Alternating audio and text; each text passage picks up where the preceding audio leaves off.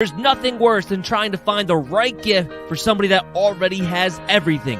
Whether that special present is for a Tampa Bay Buccaneers fan or an Alabama Crimson Tide backer, maybe Gramps is a lifelong Dallas Cowboys supporter, or your brother-in-law is in LSU Tiger territory. Know a member of the Baylor Alumni Association? Is there a better Father's Day gift for someone who's a Kansas City Chiefs fan? Send them the coolest present they'll open that day, guaranteed. Now, if your favorite pro team is the Buffalo Bills or those Minnesota Vikings, well, we're sorry about that.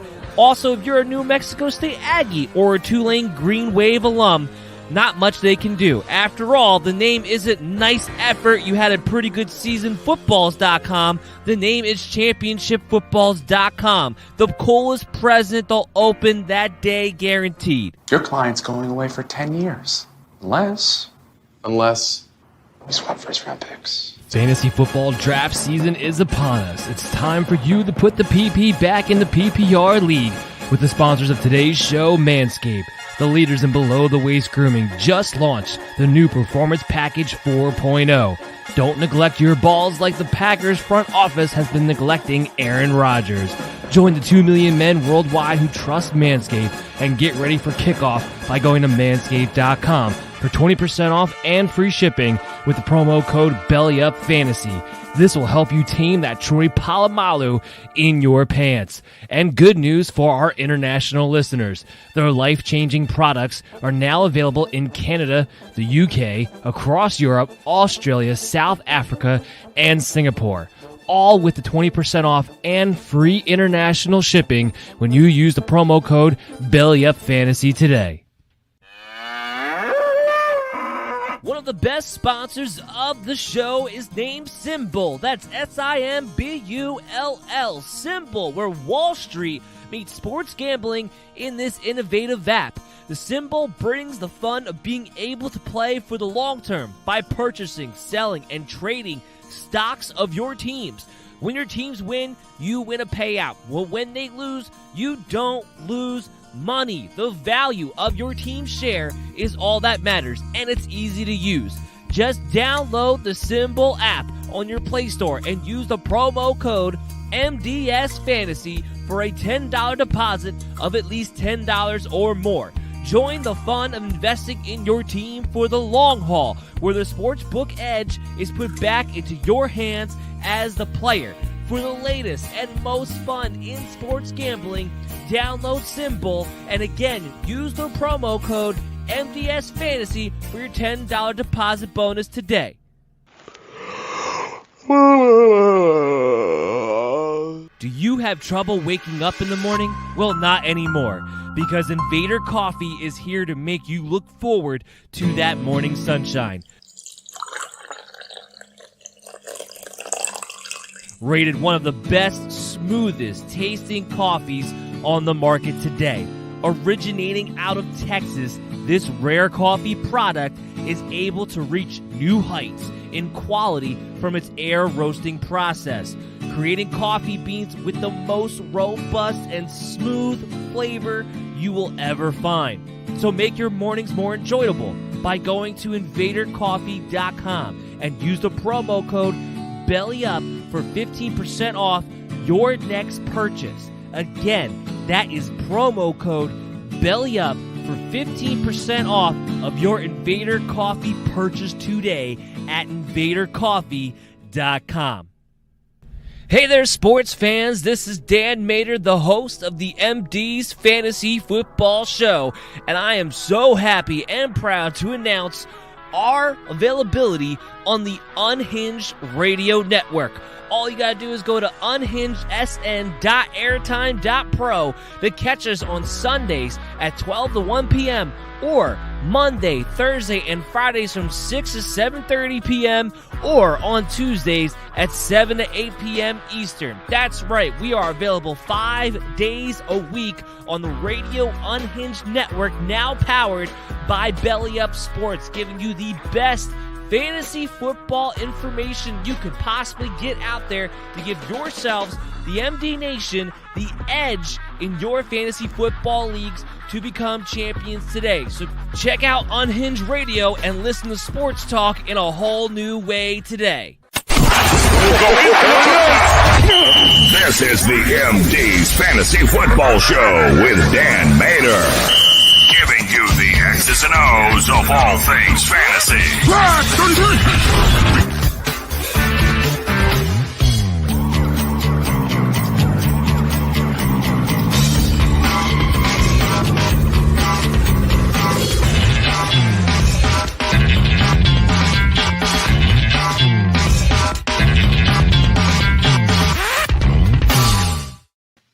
We're here. We're here. We're here. It's week one. It's week one, Chris. Week one is here. MD Nation, welcome into the MD's Fantasy Football Show. And as you can tell, we're so excited that the NFL season is actually finally kicked off. No more hypothetical, what if, what that, where to draft these guys. It's here. Your drafts are done. We are here to actually talk about matchups. We're here to talk about wins and losses. We are here to win you guys the championship. As always, I'm your host, Dan Mader, joined here with Chris Dowhauer. We're going to be talking about, of course, the Thursday night preview and all of the early Sunday afternoon matchups with a mailbag segment at the end. Feel free to comment throughout the show as you watch the stream at BellyUpMDFF Show on social media or on the YouTube channel, the MD's Fantasy Football Show. Please go and subscribe. But we got one more thing that we got to talk about today, Chris, because we launched something new today. Breaking news. If you have Roku TV, and soon if you're going to have Apple TV and Comcast and a whole bunch of other things, but for now, if you have Roku TV, we are now streaming live on the Fox D TV network starting today, starting right now with a whole new audience. So now you can kick back on the couch and throw up the MD's Fantasy Football Show while you're having a cup of coffee in the morning or lunch or whatever your schedule may be on a Thursday from 11 a.m. to 12:30 p.m., and now you can watch us in even more places. What a great way to kick off the NFL season. Chris, how you doing today? I mean, I'm super excited. Can you feel it? It's the beginning of football, finally. And we got MDs everywhere right now. I mean, we're on the radio, we're on Roku, we're everywhere. So it's perfect day for me. Football kicking off, and you get to listen to MDs and talk sports. Absolutely. Of course, don't forget, we'll be on from 6 to 7:30 on the Unhinged Radio Network tonight, leading up into kickoff. So make sure you tune into that on unhingedsn.airtime.pro. Now that we got all that out the way, it's time to actually talk about the minutia of your league this week. First of all, we don't have any, so here's how it kind of goes. If you're new to the show, here's basically how it breaks down. Thursdays and Fridays, of course, are our preview shows. We usually have breaking news if there's breaking news to talk about, but if it's just injury news, we'll talk about it as we go through these games. So we don't necessarily have a breaking news segment unless there's a COVID breakout or something crazy happens. We have to make sure we get it out to you. Of course, there's some things that happen throughout the week, but most of everything that we're going to talk about will be in today's slate of games or in tomorrow's slate of games, of course, from 11 a.m. to 12:30 p.m. at social media, at BellyUpMDFF Show on the YouTube channel. We'll be back then. So we'll talk about this as we go through. So I want to get right into it, Chris, right into the Thursday night game, the Tampa Bay Bucks, the Dallas Cowboys, tonight's matchup. We have one piece of injury news on the Dallas Cowboys to talk about. First, Zach Martin, he is out. What do you think that's going to be today? I mean, I think that's definitely a huge impact on the Dallas Cowboys offense, particularly Zeke Elliott. I mean, we already know that Tampa Bay's defense is really hard to basically run on. You're going to get Sue back this week. He came off the COVID list this past week. You have Vita Vea in their middle. You got those great linebackers. So I do think it kind of knocks Zeke down a little bit. And it could make that kind of a little jumpy because you're going to have some interior pressure possibly. But I do think that's a huge thing. I hopefully still it's going to be a great game. But, yeah, I do think it's going to impact Dallas. Yeah, with Ezekiel Elliott, look, he's going up against a tough matchup in the Tampa Bay Buccaneers here against one of the top defensive lines. They were the top rushing defense last season. This may hinder his efficiency in this game. Now, that doesn't mean you're benching Ezekiel Elliott or anything to that nature, but don't be surprised if you don't get that big Zeke type of game. I was talking to somebody about this throughout the week, and they were saying that Zeke might actually be a buy low because you have some people who we're not thrilled to maybe take him in the first round because of his inefficiencies, his worst year of his career last year. And then you top it off with a tough matchup with a non-healthy offensive line against Tampa Bay Buccaneers. If he really disappoints, do you think he could really be a buy low after 1 week of football in that situation. Well, I hope owners aren't dumb enough to do that. I mean, everything that we've heard, Zeke is supposed to be in shape. Don't get discouraged just because he has a struggle that first game possibly. I wouldn't expect to see too much tonight, but it doesn't mean necessarily that I would unload Zeke Elliott. I think he's going to have plenty better football ahead of him. His offense is still going to have a lot to gel too. I mean, don't forget Dak Prescott really hasn't been practicing. He didn't participate in any kind of preseason, so don't expect the Cowboys offense to come out, firing off the bat. But it doesn't mean panic in any kind of stretch of the means, because I think Zeke's good days are coming very soon. And if you can buy your Zeke on cheap, you definitely want to do that. I think anybody who's as an owner of him would be stupid to make that move. Yeah, I 100% agree here. So wanted to get that out of the way real quickly. What we expect of Ezekiel Elliott, we still have him in the top 12. No, we need to worry about there. The big thing is don't be concerned. If you're somebody who drafted him in your first round and you weren't thrilled about it, don't be concerned after 1 week, please. Other news on Tampa Bay side, everyone's good to go. Giovanni Bernard was dealing with a mid-ankle sprain. He's going to be fine. He's going to be out there. Chris Godwin, there's a little bit of a scare on Tuesday because he popped up on the injury report with a quad injury, but he is going to be good to go. So he's play him, plug him. This is still Dallas' secondary, right? This is still Dallas' secondary. I like what they did in the front seven. I like the draft pick of Micah Parsons. I think they might actually be a tougher team to run on than people are realizing going into this season. But that secondary is still terrible. I'm starting Evans and Godwin and Antonio Brown without any hesitations whatsoever. Yeah, I'm 100% on the same page with you. I mean, not only is this defense going to still be the Dallas Cowboys defense, particularly in the secondary, it's a really young defense, and we've seen Tom Brady pick apart young defenses before. While I love Parsons, I do think he's going to have a little bit of growing pains tonight, because I think you're going to see Tom Brady try to attack him in a lot of ways because he's still adjusting to the NFL game. So I think this is going to be a huge matchup for those receivers, and I love all three of them. Yeah, 100%. So let's talk about the quarterbacks. Dak Prescott, he makes his return. Now, what is a successful return for Dak Prescott in a game like this? To me, I'm thinking you're looking for at least about 250 passing wise. You're hoping for 2 to 3 touchdowns, and you want to see him kind of use his legs. I think that's going to be the key. Is he scrambling around? Is he afraid to run, or is he going to still utilize his legs to kind of give you that floor that you're looking for in a Dak Prescott? So I wouldn't expect him to go crazy. The Tampa Bay defense is very good. They brought all their starters back. They added Tryon in the draft. So I think you're going to have, he's going to see some pressure. He's going to see some good, tougher matchups. But I do think you're looking for Dak basically to kind of show you what you hope to see, that he can still run around a little bit. He can still make plays, and he's still going to be effective. They still have 3 awesome receivers to throw the ball to. So I expect him to have a pretty good floor. Yeah, and I don't think their tight ends are slouches either. They're going to be mixed in with Ezekiel coming out of the backfield. You can see here, you got up on the graphic if you're watching the live stream. We got Dak Prescott as my 7th-ranked quarterback on the week. He'll see some pressure, that's for sure. But the one thing you could do against Tampa Bay last season is that if you had the ability to spread them out, which Dallas does have, you could actually throw the ball on them a little bit if you can give him a half a second to protect himself. So the point should be there. I mean, I believe the over-under on tonight's game, and I'll throw that up there real quick too, is about 51.5. So everyone's expecting a high-scoring type of game tonight from this matchup. It's actually over-under at 52 now. It just moved up. Expect Dallas to score. Don't be afraid to play anybody, even though this might be a tougher matchup on paper. Everyone's dominant. Everybody's dominant. Go back to the wide receivers and what we expect here tonight out of all these guys, frankly. And you lead it off. I got Mike Evans, my top 5 wide receiver, again, going up against that Dallas secondary. There's been so much talk about how great he looks coming out of training camp in shape-wise. Maybe even more so than he has been any other year in his career. We know Tom Brady's going to throw him as many red zone targets as he possibly can, because there seems to be nobody he trusts more going into the red zone than a Mike Evans. Then we have Chris Godwin. I have him at wide receiver 10. Again, he's good to go, as solid as could be. Antonio Brown makes my top 24 at 17. All 3 Tampa Bay receivers should be in there. And then I have CeeDee Lamb at 22, Amari Cooper at 24. And I do believe Michael Gallup actually made my top 40, or just outside my top 48 for Michael Gallup.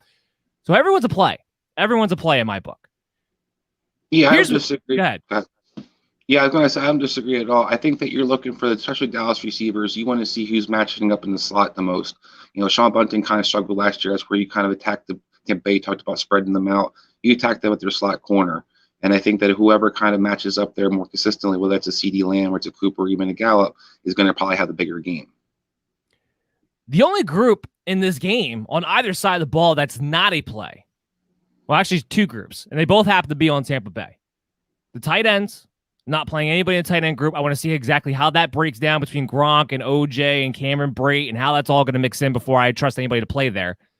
And, of course, the big one that we want to talk about more so is the running backs for Tampa Bay, especially Bernard back healthy. This is a game to get a good look into how this rotation might go. But even though it's against Dallas, I'm not playing Leonard Fournette, Ronald Jones, or Giovanni Bernard if I can at all help it.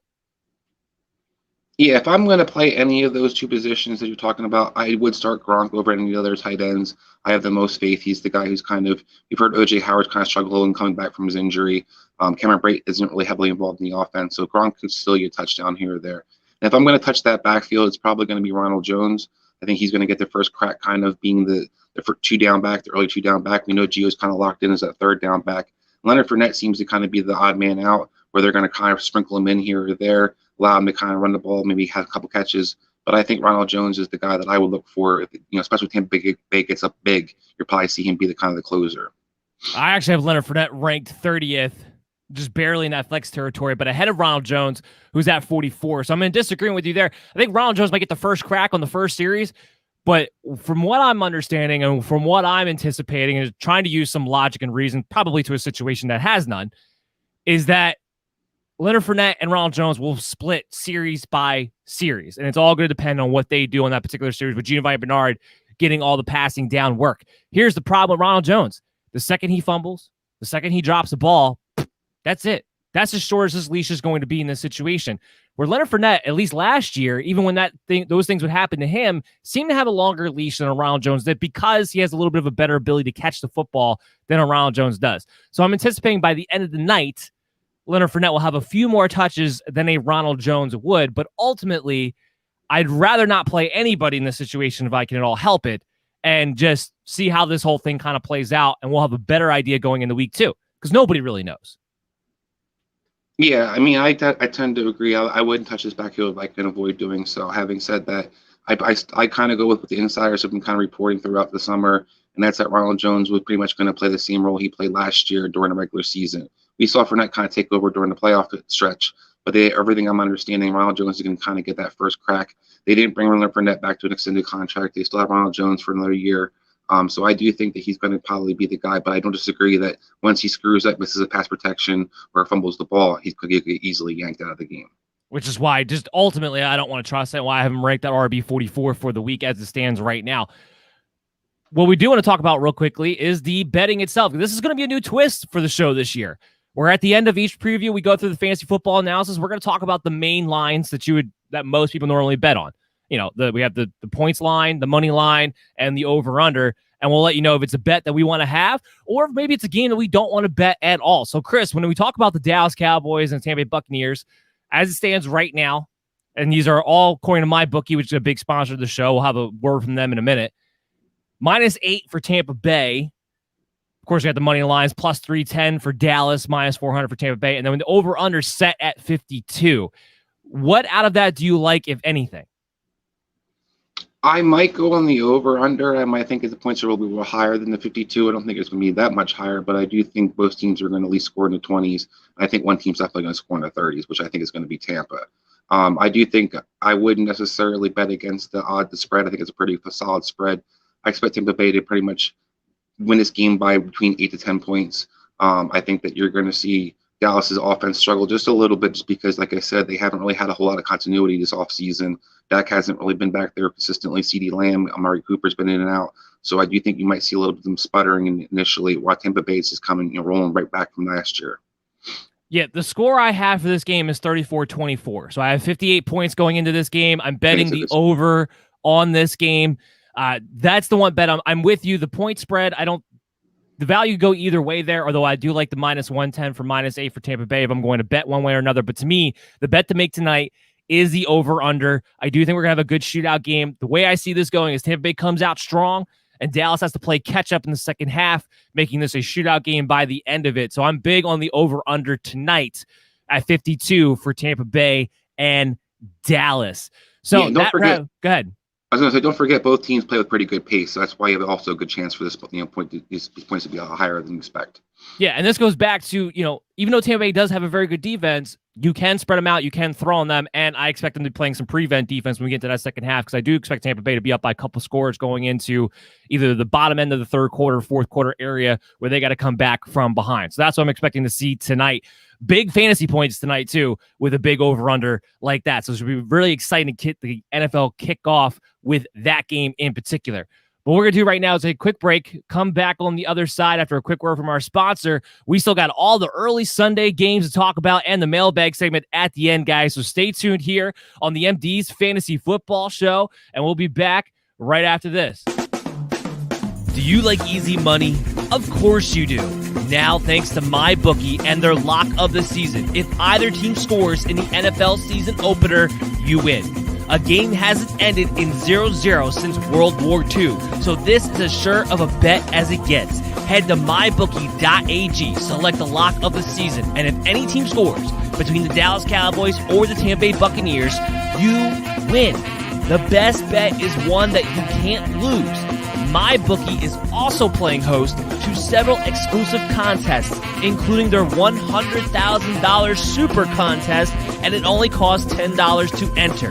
There's big money on the line this season, so don't wait to get in the game. Join now. Head to mybookie.ag today and use promo code MDFantasy to receive double your first deposit and get started with MyBookie today. Bet anything. Back on the MD's Fantasy Football Show, streaming to you live on social media at BellyUpMDFF Show. On YouTube channel, the MD's Fantasy Football Show. Go ahead and subscribe. We'll have lots of videos coming out for you guys. Give us a look on our TikTok channel, too, the MD's Fantasy Football Show, because we're coming out with new content on TikTok going through the season as well. We're also streaming live on Roku TV on the Fox D channel today. Very excited about that. So all great new ways to get content out to you, MD Nation, to give you guys the edge as we go through this season. The next up, the first early Sunday game we're going to talk about is the Philadelphia Eagles and the Atlanta Falcons. A game born and bred for fantasy football, because these are two teams that I don't expect to make the playoffs or really be anything of significance, but there's fantasy value to be had here, starting off with the quarterbacks, particularly the quarterback of the Philadelphia Eagles. Jalen Hurts comes in at my number 2 quarterback on the week. Remember, Atlanta's terrible. Their defense might actually be even worse than it was a season ago, believe it or not, with the lack of talent that they put together. The rushing that I expect to be there. And the one thing about Jalen Hurts is, while he's a terrible NFL quarterback, it makes him a better fantasy quarterback, because now he has to lean on his legs even more to move the chains because of inefficiencies as a passer. Love it for fantasy football. I expect big rushing yards out of him. I expect this to be a lack of defense, offensive type of game. We're going to see some fireworks. Jalen Hurts, my QB2. Chris, what do you think? If any of you guys watched the BFL show on Tuesday, I basically was going against the grain, and I'm not a big Jalen Hurts fan this week necessarily. I understand the matchup. Everybody's super excited. I think this offense is going to take a little bit to kind of adjust to the new system, the new coaching staff. And I think Jalen Hurts is what his greatest asset is, his legs. Well, I think Atlanta actually has pretty good linebacking crew, particularly team speed on the other side. So I think they're going to kind of limit him. I don't think he's going to have a bad game by any stretch of the means, but I think you're way higher on Jalen Hurts than I am.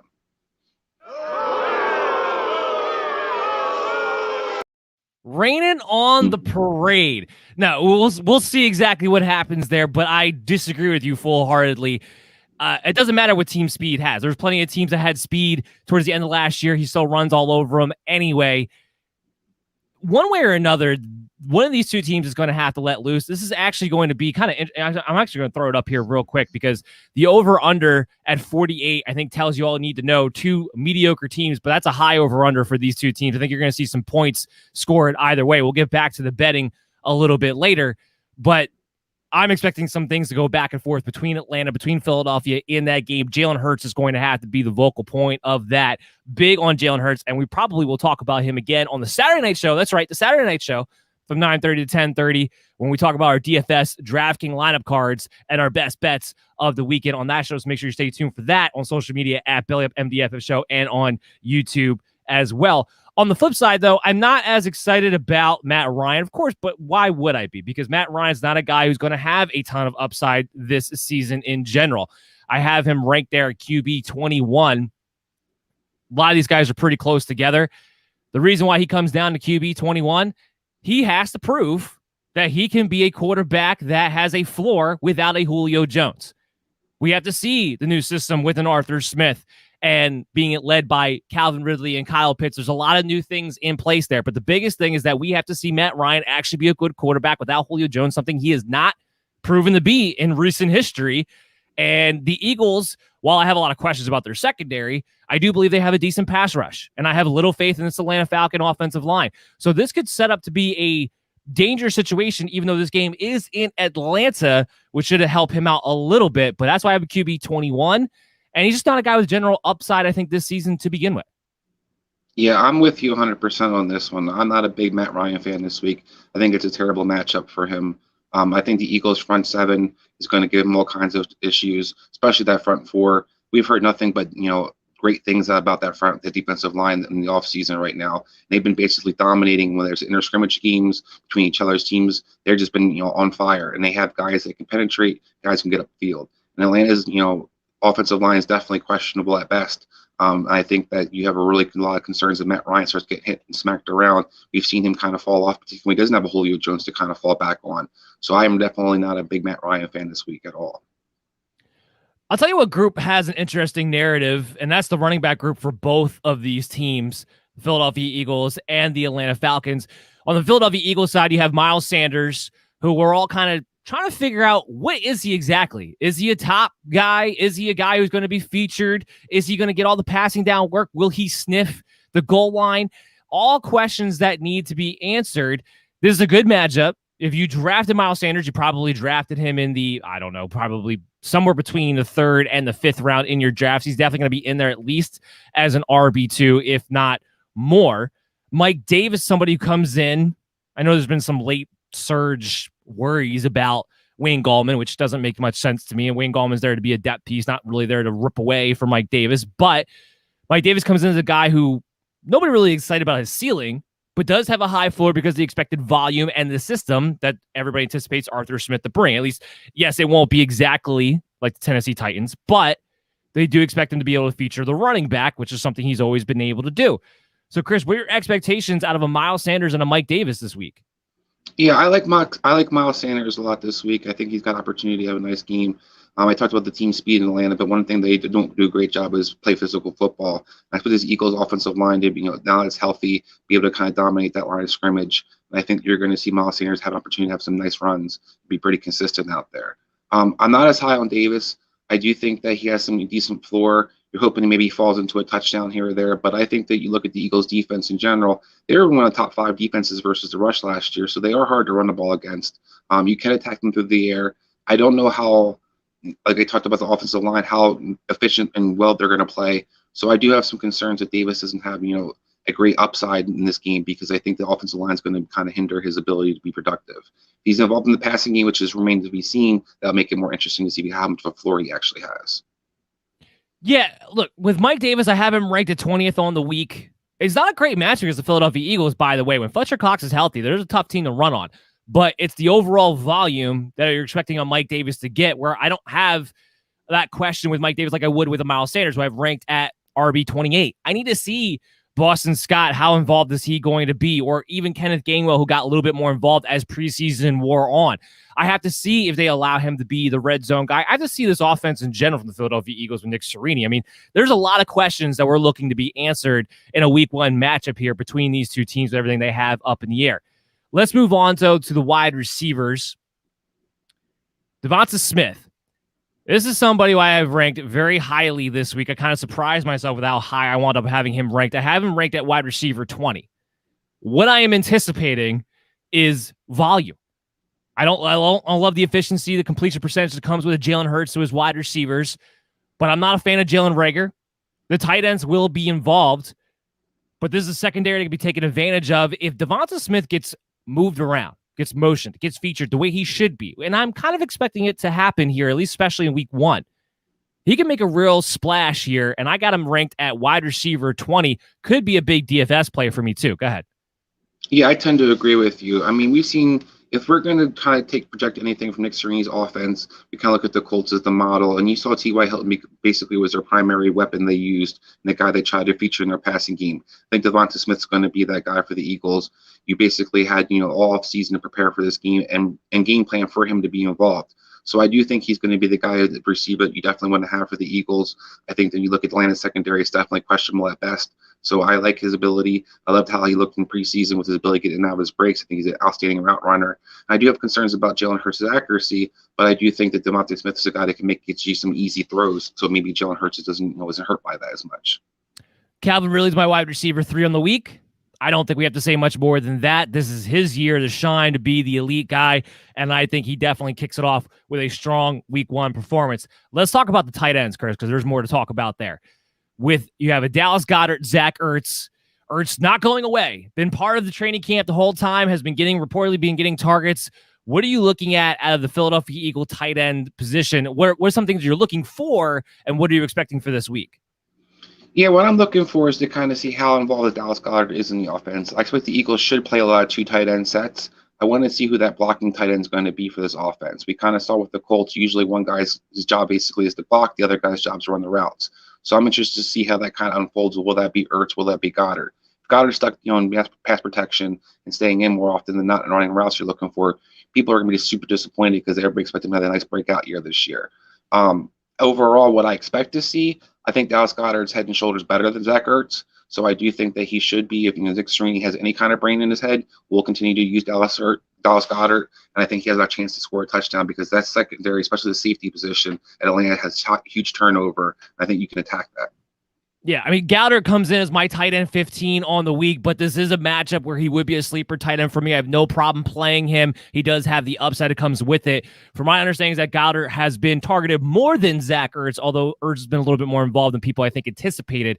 I think we'll get to see him be the number 1 tight end. Now the big question is, on the other side of the football, Kyle Pitts. What does Kyle Pitts do against the Philadelphia Eagles?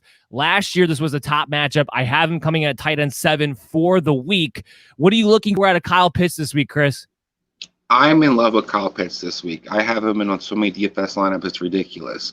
I think Kyle Pitts is going to have a huge game. I think that you have every opportunity for him to kind of be utilized in this game. The safeties is where you attack the Eagles at. Anthony Maddox is a complete bum.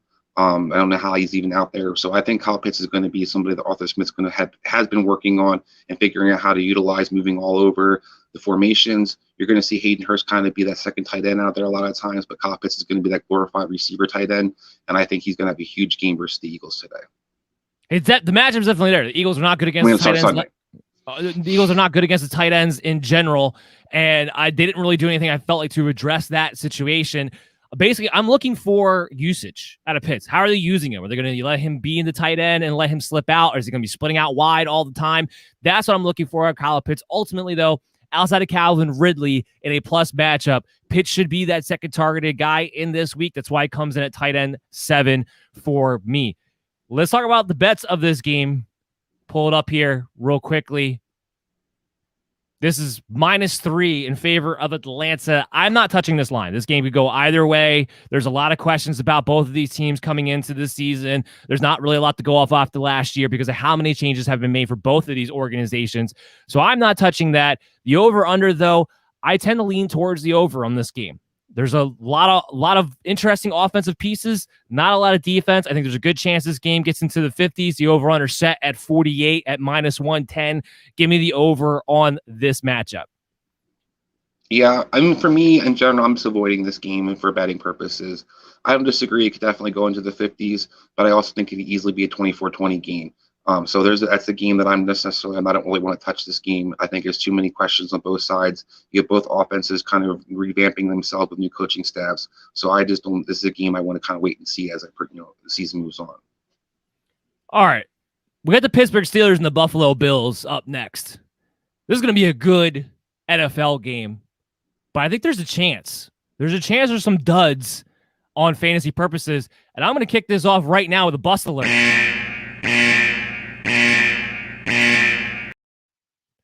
Josh Allen while you have to start him because you drafted him, without a doubt, I do not have Josh Allen in the top 10. He is my QB 11 for this week. I think people forget how good this Pittsburgh Steelers defense is. I don't know why, but the Steelers in general have been a team that people have been sleeping on all summer long. Them adding Melvin Ingram makes them very, very dangerous as far as the pass rush go. And while they don't have the greatest secondary in the world, they got enough to double Stephon Diggs. I think this might be a tough matchup for a Buffalo Bills. It might be a tough matchup for Josh Allen. And ultimately, the volume will be there enough. The rushing will be there enough to keep him inside the top 12. And you're not going to bench him because of where you drafted him. He's probably only a quarterback on your roster. But there's a real chance for a bust alert coming into week 1 for Josh Allen, given this matchup against the Pittsburgh Steelers. Yeah, I'm not nearly as on Pittsburgh's defense, I think, or scared as Pittsburgh's defense this year. I like the Melvin Ingram move, but I think losing Bud Dupree is huge. I don't think he necessarily is an upgrade. I think he's definitely a downgrade. And then losing their outside corner is going to hurt them. We're going to see where Helton's going to kind of be utilized in the slot, where he's very effective. One of the better players will be playing the outside. I think the thing that you can do to always historically to be able to attack this Pittsburgh defense is spread them out, and you're going to see Buffalo use a lot of 4 receiver sets. They were one of the leading teams last year, the second to Arizona last year, using the 4 receiver sets. And I think you're going to see a lot of that this game. So I think they're going to be able to actively move the ball.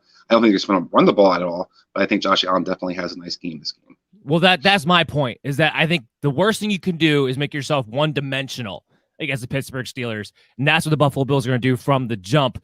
I'm not with you on that. I think Melvin Ingram when he's healthy, is a better player than a Bud Dupree. So I'm not in agreement with you as far as the impact of Bud Dupree and losing him and what that means. I think the fact that bringing Melvin Ingram makes sure they are going to have a top-notch pass rush in this particular game. And I can't think you can't make yourself one-dimensional against this Pittsburgh Steelers defense. So I'm not with you on that at all. Stephon Diggs, I think, will be fine.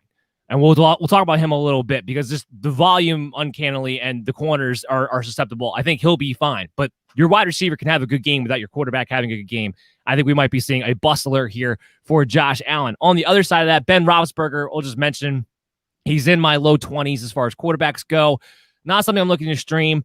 I know Star Lutului, and I know I'm saying his name wrong, but he's probably not going to play for the Buffalo Bills. Even with that, I don't expect Ben Roethlisberger to light up the world here going into in Buffalo. And there's some questions we have to be answered with Ben going into week 1. Where is your elbow at? Are you going to be able to throw the ball down the field more? Where are you at in the new system with Matt Canada now taking over and want to change some things? A lot of questions there to be answered, not really in my streaming territory as of right now.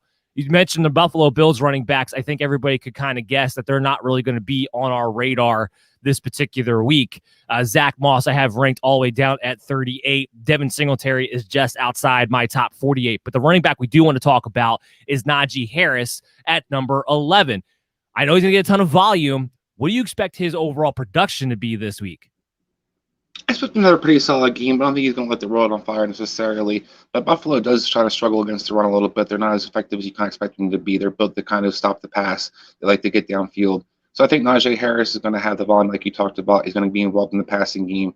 I think you're going to see a game where he has a nice solid floor. I don't see a whole lot of boom opportunity for him in this game, but I see a game where between all the different touches, you're definitely going to get double-digit fantasy points no matter what league you're playing in.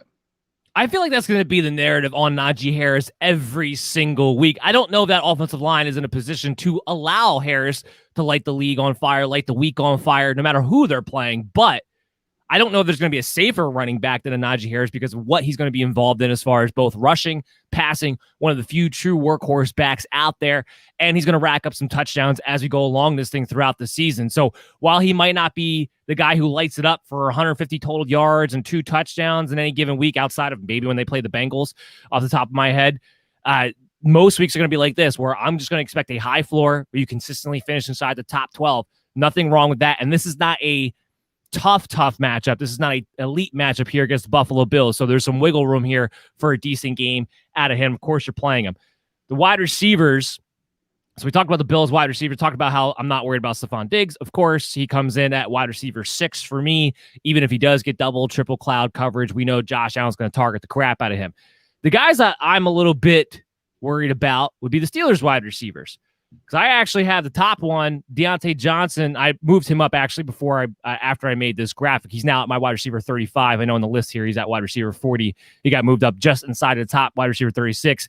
out of the fear of Tre'Davious White shadowing a Deontay Johnson. Now, if he does that, it should open up some opportunities for Chase Claypool, maybe open up some opportunities for Juju Smith-Schuster, because I do believe you can take advantage of the back end of the Buffalo secondary. So if you're looking for a home run target, I think Claypool could be that guy. I think Schuster is a fine flex play going into this week. But again, this goes back to the question of where's Ben Roethlisberger at? Are you getting these guys the ball anywhere past the line of scrimmage, which you weren't doing a season ago? Yeah, this is going to be one of the tougher things for the Pittsburgh receivers. I think that there's definitely going to be a receiver that does well. You definitely can attack the second and third corners on the Buffalo Bills. Tre'Davious White's the key. Who is he going to be matched up with? There's different reports, different conjecture of what's going to happen. Some people think he's going to be matched up on Claypool and following him. Other people think it's going to be Deontay Johnson. I think whoever kind of draws his coverage is going to be the one you want to avoid. So you want to kind of listen as we get closer to this game, because I think they're talking about who will kind of be the matchup. They're leaning, saying more than likely it'll probably be Claypool, which makes me think Deontay Johnson has more of the ceiling. I like where you kind of moved him up when you're bored, like you said. He's not going to go crazy necessarily, but he is, I think, Ben's favorite target. And I think he is the guy who can get in and out of his breaks the best and has the most explosiveness once the ball's in his hand still. So I like him the best. Juju, I think Juju is what he is. I think he's going to be that Jamison Crowder of the offense. He's going to get you 5-7 catches for 50 to 70 yards.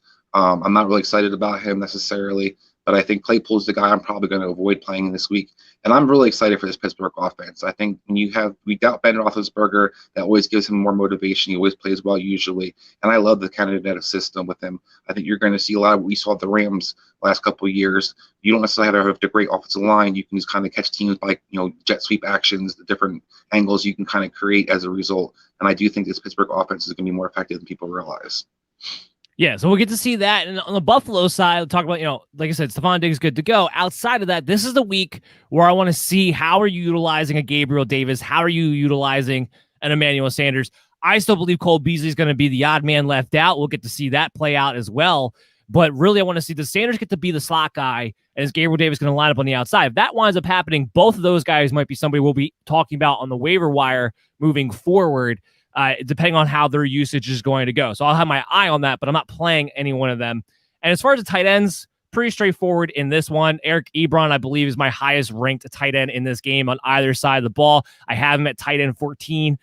It puts him in the streamer territory. I would think, though, being that you just had your drafts, you're not looking to stream necessarily week one, should have some better options. And that's going to be another one. We got to see how much does Pat Freiermuth play to Eric Ebron. He got to play a little bit more in the preseason than maybe I was anticipating he would. Pat Freiermuth, that is. But Eric Ebron is still a guy that is a trusted weapon by Ben Roethlisberger, especially in the red zone. I think will be a streamer throughout the season. But like I said, coming into this week, only tight end of note in this matchup, tight end 14, should have better options than an Eric Ebron. So let's talk about our bet for this game. Bring it up here. We got the Pittsburgh Steelers, Buffalo Bills. Buffalo is favored at -6.5. Over-under set at 48.5. My bet, I'm taking the Steelers plus 6.5. I think this is actually going to be a close game. I don't think the Buffalo Bills are going to be a touchdown difference between them and the Steelers, even in Buffalo. I'm 1,000%. My bold statement for today is Pittsburgh Steelers will win this game. I definitely think that you should. Well, money lines at plus 235 if you guys want to hop in on Chris. And honestly, Chris, my mindset is similar to yours when it comes to that. I would not be shocked at all the Pittsburgh Steelers came in, and especially after I talk about Josh Allen being a bust candidate, came in and won this game outright. But I love the lock bet of the money line. Go ahead. I love the lock bet of the points. Go ahead. Yeah, no, I think the lock bet of the points is definitely where you go. I feel like you had this chance that you can probably bet. Everybody seems to be the Bills are going to win this game, run away with it. And I think Pittsburgh is feel disrespected. They're going to have something to prove. This team started off 12-0 last year. People seem to forget that. So I expect this team to come out guns blazing and have a lot on the line, especially for the Bills, and kind of establish where they fall in the AFC hierarchy. So I like the Pittsburgh Steelers in this game. This is what I love about week one. Because we have all these questions from the offseason, and not all the answers are going to come out in week one, by the way, guys. Keep that in mind. Not all the answers. Don't overreact to anything. But this is another game coming up that we're about to talk about where there's a lot of questions that we're going to be looking for those answers on. As the Minnesota Vikings and the Cincinnati Bengals, and of course, I mean more so on the Bengals. The Vikings of all the teams in the NFL, they probably, with Tampa Bay, have like the least amount of questions in my mind as far as what to expect out of this team. Dalvin Cook, we know is a stud against Cincinnati. Yeah, top notch, good to go. I'll pull up the graphic real quick. I have him at RB5. He could easily be RB1 coming into this week. There's no doubt about that. So we don't have to worry about Dalvin Cook. We know he's got a huge ceiling coming into this game. Same thing with Justin Jefferson. Same thing with Adam Thielen. They're all plays this week. Kirk Cousins, we can even talk about a little bit. He comes up into my QB 15. Generally speaking, that would be streaming range territory. Again, because it's week 1, I don't know how much you're looking to stream, but this is a matchup where maybe you look to play him in DFS as a contrarian play. He's got value in that sense. All of my questions that I'm going to be looking for answers on are on the Cincinnati Bengals side. And what do we expect there? Joe Burrow, how are you going to look on that knee? How are we going to break down the wide receivers? How's everyone going to get utilized? Joe Mixon, how much are we going to lean on him as a result of all this? Burrow, I have coming in this game at QB 20. I'm a little bit worried about the pass rush the Minnesota Vikings are going to be able to put together with that very, very shabby offensive line of the Cincinnati Bengals with a quarterback who may not be the most confident right now in what he's able to do and stepping up into the pocket. Chris, what are you looking for out of Joe Burrow in this game? Yeah, I'm going to add a caveat to what you're talking about. I'm very curious about this offense, but also because of the Vikings defense. I have no idea what expected of this Vikings defense. It should have got better according to paper, but we saw this defense really be poor last year and one of the worst defenses. You could throw on them, you could run on them, you could do anything you wanted to versus them. So I am really curious to see how they kind of react and how they kind of play, especially Patrick Peterson at the corner position. Does he have anything left? Will he kind of rejuvenate himself, or will he be Xavier Rhodes last year in Minnesota where he was getting torched left and right? So I have a lot of questions when the Vikings defense, which I think is going to allow Cincinnati to kind of have opportunity to kind of get their feet wet. I'm with you. The Joe Burrow thing is the biggest question I have. I want to see, is he going to be utilized? How confident is he in stepping into the pocket? How confident is he being able to move around when he needs to? Particularly this narrative coming out that he really worked on his arm strength this offseason to try to improve his ability to throw down the ball down the field, because this guy was worst with 20-yard passes and over 20-yard passes last year in the NFL. So there's a lot of pressure with the T. Higgins and Jamar Chase to be able to push the ball down the field. And you talk about this offensive line's kind of definitely questionable at best. It's going to be interesting to see, do they match what they want to do versus what they actually have on the field. I think they want to be able to push the ball. I think they want to be aggressive, and I think you can attack the Vikings that way. But I don't know if they're necessarily going to have the time to do so, and Joe Burrow is going to have the confidence to do so. So the guys I think that had the most benefit in this game is going to be Tyler Boyd. I think Tyler Boyd's going to be that security blanket, and he probably has the most upside in sense, because I think he's going to be a guy that he's just basically getting peppered with targets because they're going to run the ball early, I think. Yeah, look, I'm not as worried about the Vikings defense because they have a healthy Anthony Barr, they have a healthy Danielle Hunter, and they have a healthy Harrison Smith, and that alone should dictate what the Cincinnati Bengals are going to be able to do or have a hard time with. I have the Vikings defense ranked at 10th. Big time on them, a big time on them when it comes to DFS as well. This is a nice little week to plug and play them. Joe Mixon is going to be the key, I believe, for the Bengals. Are you going to be able to lean on him to take some of the pressure off of a Joe Burrow? And also, what are we going to expect out of him behind what we know is going to be an offensive line that ultimately may make his yards per carry inefficient, but because Joe Mixon no longer has Geno Bernard that he has to contend with, is actually in a situation to be, again, one of those few workhorse backs. And we know he has elite caliber talent. We know he's a top-end player. The Vikings weren't great against the run, but again, that wasn't the Vikings defense we saw last year. So we can't really go off of that, but I do have him as RB10 for the week. There is definitely a solid floor that comes with the volume. How much upside does Mixon have? What are you looking for out of a Joe Mixon coming off of a season where he missed half the year due to injury? I don't know how much upside he necessarily has in this game. I do think he has a hell of a floor because I think you're going to see him get the ball regardless. They're going to make an effort to run the ball, and of course, I think we're going to see him targeted. So I think that he's like, we talked about Najee Harris a little bit earlier. The question off the line, that volume is going to basically make sure you're fine. The upside is going to depend on how does he kind of burst into that second tier versus second line defense. Is he have that burst? Does he have that ability to kind of have a big play? Because I think that's going to be key. The passing game is going to be really interesting to me because I think he has an ability to kind of make guys miss when he catches the ball.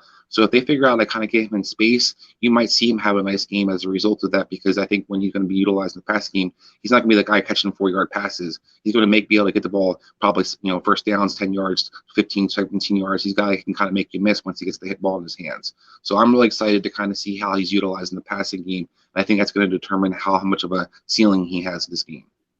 Yeah, and that's going to determine how much of a ceiling he has most weeks, too. But against Minnesota Vikings in particular, it's not a matchup that scares me, but it's not one I'm salivating over either. The wide receivers are the other big question that needs to be answered when it comes to the Minnesota Vikings. And I do have T. Higgins inside the top 24. He's my top-ranked Bengals wide receiver heading into this week. Is Patrick Peterson anything you're afraid about when you talk about wide receivers anymore? No. I mean, like I said, I'm more curious to see, is he going to be Xavier Rhodes bad, or is he going to be a solid guy out there? But I don't think he's a game changer any longer, particularly versus fast guys. I think this is definitely a guy you could take advantage and beat down the field now. Yeah, I tend to agree with you. We still have to figure out, how much of it is PEDs, and at this point in his career, how much is he able to do? Now, we do know Mike Zimmer has a history of being able to get the most out of veteran corners in his system because he doesn't ask him to do too much. He's not going to shadow. He's going to be able to play within a cover 3 type of scheme.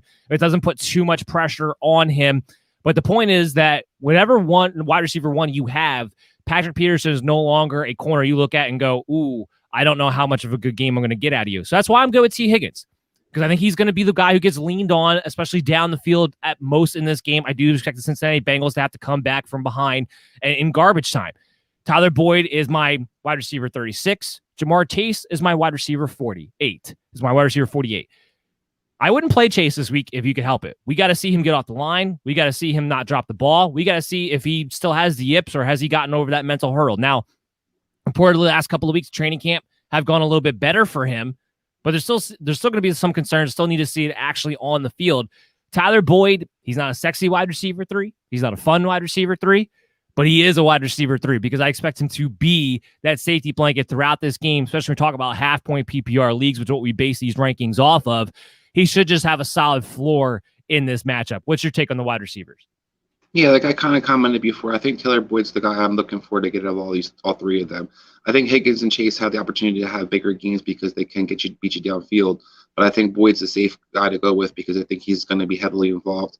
Like I said, I think Joe Burrow is going to get rid of the ball faster and try to get, maybe 1, 2, 3 steps and just get rid of the ball. And so I think the slot guy is the guy who's going to really be featured the most. And I think that's going to be Tyler Boyd. So I like his floor. I think he has decent ceiling because I think we saw him really have good games when Joe Burrow was healthy last year. People kind of forget how Tyler Boyd started off the season and how effective he really was with Joe Burrow. So I think that's going to kind of continue. And I think that's something I would probably be leaning the most on of the 3 receivers. Let's talk about the bets on this game. Minnesota Vikings are favored on the road with -3. Over-under set at 47.5. I am hammering the Vikings -3 in this game. The odds aren't as great. It's -125. I don't care. That is one of the lock bets of the week for me. Yeah, I 100% agree. I think the Vikings are going to win this game big. I think I would definitely go over. It's not a great payout like you kind of commented, but that's the one I would take advantage of. It's one that I would look to parlay. And we'll talk about more about parlays on the Saturday night show here on social media. But first, we're going to take a quick break and get a word in from our sponsor. We'll come back on the other side. We still got a lot more early Sunday games to talk about. So stay tuned here on the MD's Fantasy Football Show. Your client's going away for 10 years. Unless we swap first-round picks. Fantasy football draft season is upon us. It's time for you to put the PP back in the PPR league. With the sponsors of today's show, Manscaped, the leaders in below-the-waist grooming, just launched the new Performance Package 4.0. Don't neglect your balls like the Packers front office has been neglecting Aaron Rodgers. Join the 2 million men worldwide who trust Manscaped and get ready for kickoff by going to manscaped.com for 20% off and free shipping with the promo code BELLYUPFANTASY. This will help you tame that Troy Polamalu in your pants. And good news for our international listeners. Their life-changing products are now available in Canada, the UK, across Europe, Australia, South Africa, and Singapore. All with the 20% off and free international shipping when you use the promo code BELLYUPFANTASY today. You're listening to the MD's Fantasy Football Show. Hey, we're back on the MD's Fantasy Football Show. As always, I'm your host, Dan Mader, joined here with Chris Dowhauer, talking about Week 1 matchups here on social media at BellyUpMDFF Show and on YouTube, the MD's Fantasy Football Show channel. Feel free to comment throughout the show. We are live So we'll try to get to your comments along with the mailbag segment we'll have at the end for you guys today. But we're moving forward in our matchup analysis, talking about our bets, talking about the fantasy football, player values. And our next game we're going to talk about, San Francisco 49ers, Detroit Lions. The short answer on the 49ers is start everyone. Just start everyone. Detroit is going to be right there with Cincinnati and Houston and Jacksonville and a number of other teams that are going to be amongst the worst defenses in the NFL from both passing the football and rushing the football. I love Raheem Mostert this week. Even Trey Sermon, I think, actually legitimately could be a flex play. If you needed to go down that far, I don't think you would need to, but even he would probably be a flex play in this one. I have Raheem Mostert ranked at RB13 this week, one of my favorite DFS plays. We know that he can take 12 touches and turn into 125 yards or 2 touchdowns because of what he can do, and this is the perfect matchup for something like that to happen. George Kittle play him, Brandon Ayuk play him, Deebo Samuel's a wide receiver 3 in this game. The only other thing would be Jimmy Garoppolo. If you were somebody who waited until, the last round to take a quarterback, because you're going to stream anyway, this is a week that you could possibly stream Jimmy Garoppolo, have him at QB 14. I think there's other options, though, like Jameis Winston, Carson Wentz, who I've ranked ahead of him that probably are available on your waiver wire that have a little more upside, given those games should be a little bit more back and forth, because I expect this to be a one-sided affair here with San Francisco. Is there anything on San Francisco, Chris, that you want to say real quick? No, I think the only thing that hinders this offense possibly is the pace of the game. Both teams are going to try to establish the run, so if that clock's moving, it's the only thing you have holding you back from getting lots of points on the San Francisco side. Yeah, 100% agree with you there. And then on the flip side, you go to the Detroit Lions. There's only 2 players that I'm willing to play this week. That would be DeAndre Swift and, of course, TJ Hawkinson. And this is not a great matchup for either one of these guys. 49ers, when their linebackers and safeties are healthy, they're very tough against the tight end. And then DeAndre Swift, as you see here, I have him ranked at RB21. Now, you're still starting him, still have him as an RB2 because he's going to catch the ball. He's going to be involved in every facet of the game, even with Jamal Williams having probably a significant share. But again, to your point, the Detroit Lions are going to have to establish the run. We know this is where their offense is going to start.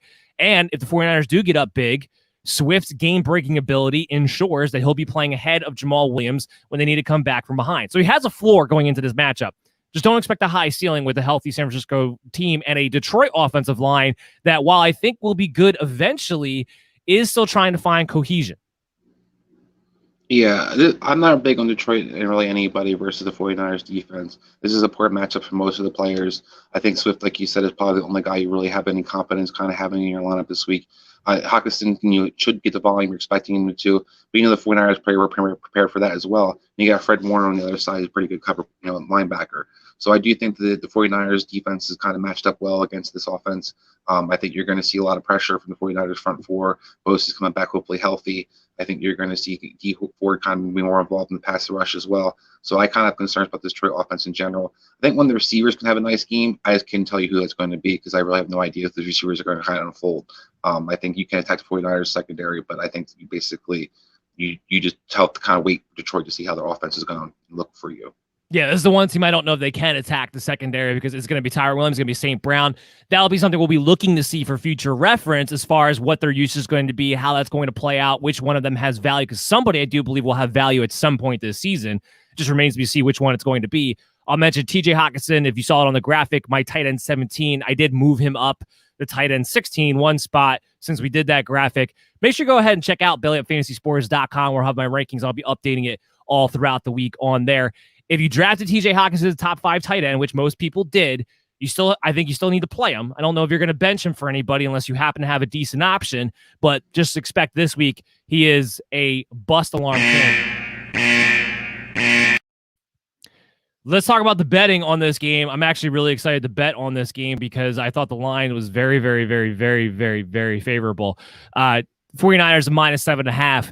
If there was a team this week that was a 2-score team written all over it as far as winning this game, I don't know who else it would be besides San Francisco. So I'm hammering, and it's minus 105. So it's decent odds too because they're on the road. I'm hammering the 49ers minus 7.5 in this football game. Yeah, I think logic tells you the 49ers should win this game big. I think that their offense is, as a terrible matchup for the Detroit Lions defense.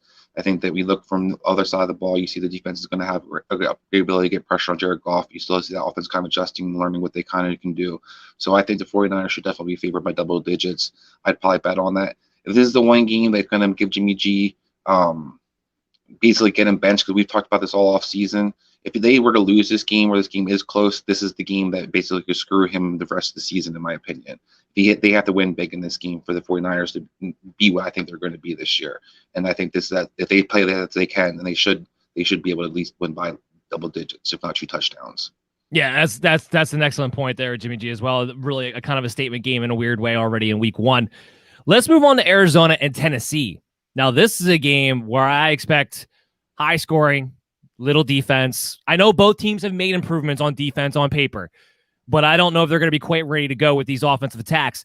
Let's talk about the quarterbacks to start off with. We got Ryan Tannehill, Kyler Murray, 2 exciting quarterbacks coming into this season. Kyler Murray has my 5th, and I have Ryan Tannehill as my 6th quarterback. So that's how neck and neck I have those 2 guys. What are you expecting out of a Kyler Murray and a Ryan Tannehill this week? I actually probably have those flip-flopped. I have Tannehill, I think, like a little bit more than Kyler Murray. I think if Julio Jones and A.J. Brown are both healthy, you're going to see Ryan Tannehill have a hell of a game this game. We know the Arizona Cardinals like to have a pace game. We look at the Tennessee Titans. They match up so well versus Arizona defense, particularly at secondary. It's just going to be atrocious. So I think that when you have looked upside, I love Ryan Tannehill upside. Kyler Murray is going to be really interesting to me. Is he going to use his legs? If he's going to run around and scramble, I think that's how you can attack Tennessee. If he's going to try to be this guy who's going to be a pocket quote-unquote quarterback, which he could try to show in the first week, then I would have a little bit concerned that maybe he doesn't have the game we expect him to versus defense. There has been some improvements in Tennessee's defense. I like the Bud Dupree signing. I like them get their draft pick Farley. I think their corners and adding Jenkins was a huge move, and replacing basically scrubs that they had last year, Malcolm Butler, who's on Arizona, by the way. So I do think that it's going to be interesting kind of to see this offense match up. The guy I'm most curious about in this game is I want to see A.J. Green. I've heard so many things this summer about how good A.J. Green, and after last year, I was, terrified that his career was over. I just want to see, does this guy really have anything left, and how does this look? If he comes out this week and shows me A.J. Green, I'll be super excited. Yeah, and we do know Arizona seems to have the fountain of youth at times when it comes to that. So maybe we'll see something out of A.J. Green. But talking about the wide receivers and talking about some of the news, A.J. Brown, while he did not practice Wednesday, this is going to be his schedule for the season. It was the schedule last year. He's not going to practice Wednesdays, but he's going to come back on Thursdays. He's going to come back on Fridays.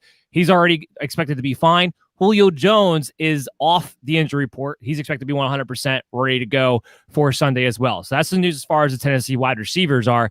A.J. Brown, my number 1 wide receiver on the board this week. Number 1 for this week against Arizona. All those corners you just mentioned, nobody can stick with an A.J. Brown. I do expect it to be a high-scoring team. I think there's going to be a statement game made from this Tennessee offense, starting with him. And then Julio Jones, I have coming in my top 36 wide receivers at wide receiver 31.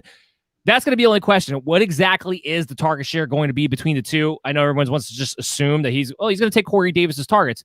Yes, but I also think it's going to be a little bit different than what it was with a Corey Davis last season. This is going to be a true 50-50 split.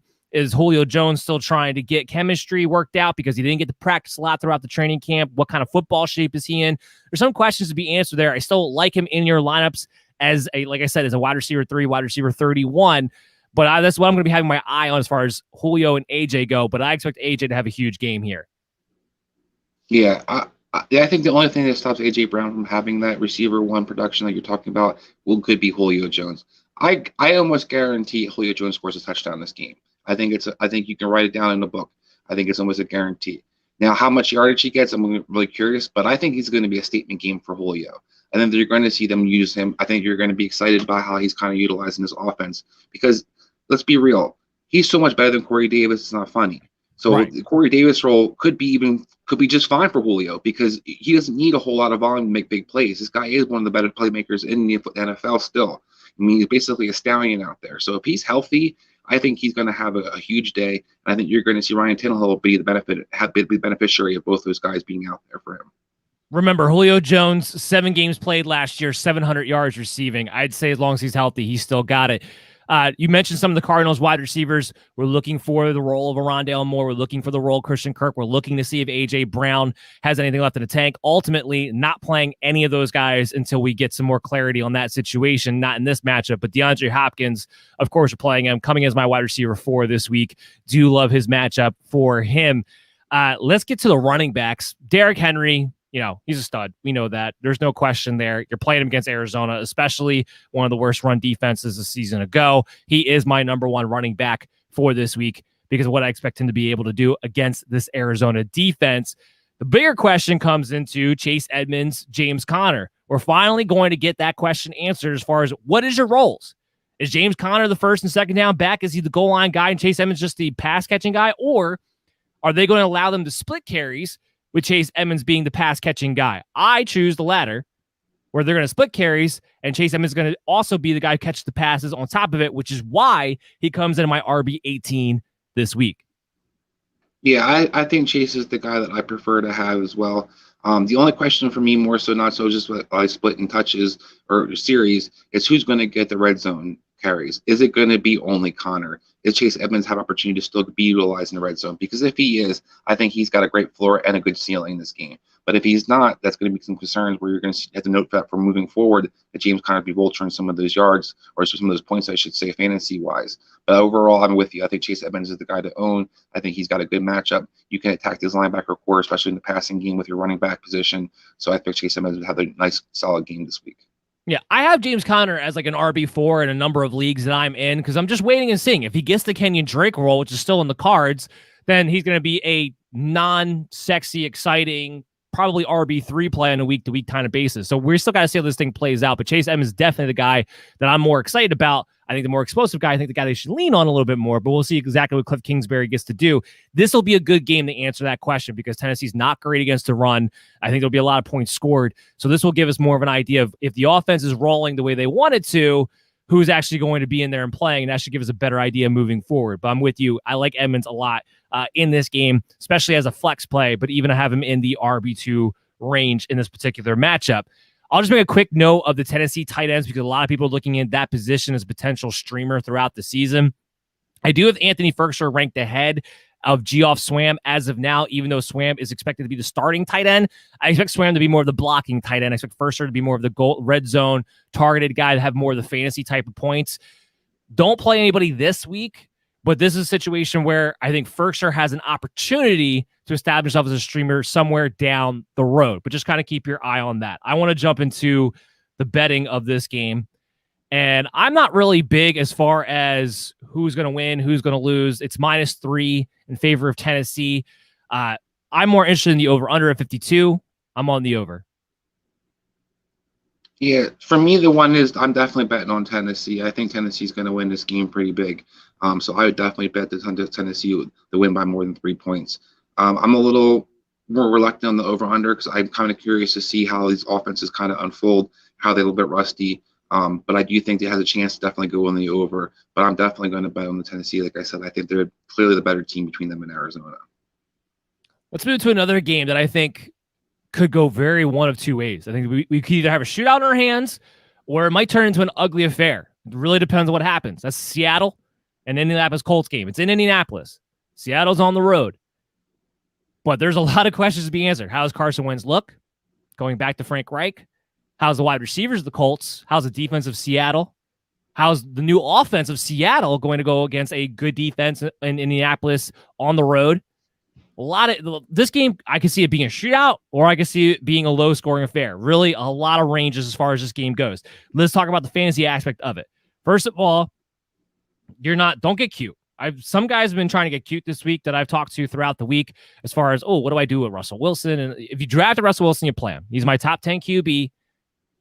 Ultimately, I think the offense is still going to flow through Russell Wilson with Shane Waldron taking over the plays. I think they have a good system in place to attack this particular type of Colts defense. But I do think it'll be a battle. I absolutely think it'll be a battle. But you're not benching Russell Wilson. You're not benching the wide receivers. DK Metcalf, Tyler Lockett. It's a tougher matchup with the corners, no doubt about it. But these are guys you're going to play. Metcalf I have as a wide receiver 9. And then Tyler Lockett I have in my top 36 of wide receivers at wide receiver 25. Two guys you still play. This offense focuses around those two. Anything you have to say about Russell Wilson, DK Metcalf, or Tyler Lockett? No, I echo what you say. I mean, I think if you have these guys on your team, you play them. But these aren't guys necessarily we target in DFS, or they're guys that I think have a Right. lot of upside this week. I think they're going to have, because their involvement, they're going to have decent floors, and you have to play them because you redrafted them for it. But I think otherwise, these aren't guys that you're necessarily looking for huge games out of. It's really a bad matchup for the offensive line for Seattle, and defensively, Colts I think are being one of the better teams in defensive, put things out there this year. So I think that's basically just kind of keep that in mind. You're not looking for huge games out of any three of those guys. The other positions you're not overthinking: Chris Carson, Jonathan Taylor this week. Jonathan Taylor is my RB14. Seattle, you can run on. You can run. While I'm worried about Nyheim Hines, his involvement, maybe Marlon Mack is the new, Jordan Wilkins this week, or he gets like 8 carries or so, kind of siphon that off. I still expect Jonathan Taylor to have a very solid game in this matchup. You're not overthinking that. Not that I think anybody would in MD Nation anyway. And Chris Carson's inside my top 24 at RB23. He sneakily could be one of those lower ranked workhorse backs because I expect him to be involved in all 3 downs. So he just has a safe floor, even though this is going to be a tough matchup against a good vaunted Colts front. But again, he has a safe floor because he's going to be involved in that passing game. He's going to be the main rusher. This is not a committee in Seattle backfield. So a safe floor there. Everybody you're playing in that instance. Yeah, I echo what you're saying. I think it's very similar to the receivers in Russell Wilson's situation. These guys all have, to play them basically if you have them, but they're not guys I'm looking for have big games necessarily. You can attack Seattle versus, running the ball with Jonathan Taylor, but I'm just seriously concerned without Quentin Nelson on the offensive line, how good this Colt offensive line is going to be in general. So I do think it's going to be really interesting to see, do they open the holes that you kind of would expect against a Seattle team that has struggled against the run, especially last year. So now we get to the part of this game where there's more questions up in the air as far as what do you do? Carson Wentz, I mentioned him, my QB 13. Even without a T.Y. Hilton, this is a Seattle secondary that you should still be able to take advantage of with the guys like Michael Pittman and guys like Paris Campbell. So Carson Wentz is somebody who's in that top-end QB2 streamer territory for me because of the wide receivers that I have. And Michael Pittman shocks me. But I got him at wide receiver 13. He's going to be the made red zone target. I think 8 to 10 targets are very much in the realm of possibility, plus the top end matchup. So, Chris, what do you think about Michael Pittman as my wide receiver 13? A little rich for my blood. I talked about it on the BFL. I think Michael Pittman is the guy who's going to maybe expect to have the step up with T.Y. Hilton being out. But I think the game matchup, this is actually a receiver that Seattle can kind of match up decently with. They have bigger corners, they're able to get more physical. I think the guy they're really going to struggle with is Campbell. I think Campbell is my guy that I kind of look in the Colts offense to have that kind of nice game. I think he's going to be able to use a lot in the slot. I think his speed's going to be hard for Seattle to kind of match up with. He's actually the guy who I think is going to be the most productive in that passing game as the receiver position. A guy who's going to be a sleeper for me, though, is Paris Campbell. He comes in for me at wide receiver 33. Going to be one of my favorite DFS plays. Here's what I like about what's going on. T.Y. Hilton's out. We know for at least first 3 weeks of the season anyway. And just a little news on Campbell. I know he was limited in practice with an Achilles thing. They said it's kind of something that's kind of been lingering, but nothing they're worried about as far as this week goes. He's expected to be good to go. What I love is that they have Zach Pascal playing the T.Y. Hilton role, or at least playing on the outside, I should say, allowing Paris Campbell to maintain his position as the slot receiver for this ball club, which I think is huge for Carson Wentz and Frank Reich. Carson Wentz was one of the top quarterbacks in targeting slot receiver when Frank Reich was calling the plays for them back in Philadelphia Eagles. We know Campbell has the speed to break away if he gets out in the open territory. I like the matchup here. It's at home. Without T.Y. Hilton, he's going to be leaned on as the guy to make that big play. Paris Campbell is very much a home run threat to me in this matchup and comes inside my top 36 wide receivers. Yeah, when people forget me, before he got hurt last year, the guy had 9 targets. He had 7 catches that first game. So he's definitely somebody the offense was trying to utilize, even with a T.Y. Hilton in their offense. I think they expect him to be kind of that next guy that steps up for T.Y. And we talked about Carson Wentz's affinity for the slot position. He loves to throw to the slot receivers. He also likes to throw to deep. And they talked a lot about talking in Indianapolis all off season about them being able to push the ball down the field finally without Philip Rivers as the quarterback and being able to attack down deep with Carson Wentz as your quarterback. So I think Paris Campbell always has that floor where you can see him involved in the quick passing game, but also the opportunity to have a big play. As far as tight ends groups go for both of these teams, the Colts. Yeah, don't touch him this week. I am going to be interested to see, does Gerald Everett, is he going to be the bona fide starting tight end? Is he going to be utilized in that role? Because I do think he'll be a streamer at some point down the road. Not in this matchup, but down the road later on in the season. So I'm looking for what his usage is. And on the Colts side of the ball, I don't think it's going to matter at any point. As long as everyone's healthy, they're going to rotate. They rotate like they rotate running backs. Frank Reich rotates like he changes underwear. It's unfortunate. I would love it for be Mo Ali Cox at some point, but I don't think it's going to happen. So as far as the tight ends go, don't touch them. And as far as the Colts are understand, I don't know if you can take anything out of this game moving forward either for a potential, sleeper situation. So let's talk about the betting of this game. This is a game I might be staying away from in general, but Chris, let's see what you kind of think here. Going to Seattle is actually a road favorite. So if I'm going to bet anything, it's going to be the Colts plus 2.5, but it's a minus 2.5 Seattle at minus 110, over under 49.5. Again, this is a game where I see a wide range of outcomes going either way. So the only thing that speaks to me is that the Colts being underdogs at home would make me lean that way, but ultimately I think I'm just going to stay away from this game in general. Yeah, I am not touching this game. To me, this is a total pick-em game. I think either team can easily win. I think I agree with you definitely when it comes to the points scored. It could be a high-scoring game or it could be a really low-scoring game. It could be a really ugly game. I really don't. This is a team that both defenses have kind of improved. Seattle had the best pass rushes in the second half of the season last year. So I think that it kind of matches up poorly for the Indianapolis Colts, particularly with their injuries up on the offensive line and Carson Wentz's propensity of getting hit last year. Leading sack, basically the top quarterback who got sacked last year. So I think this game had to get one or two ways. It could be really high scoring or it could be really ugly. So this is a game I'm avoiding at all costs if I can. So we're going to take a quick break, come back on the other side, get the last games of the early afternoon Sunday preview matchups that we're going through. And, of course, we still have the mailbag segment for you guys. So stay tuned on the MD's Fantasy Football Show. We'll be right back after this.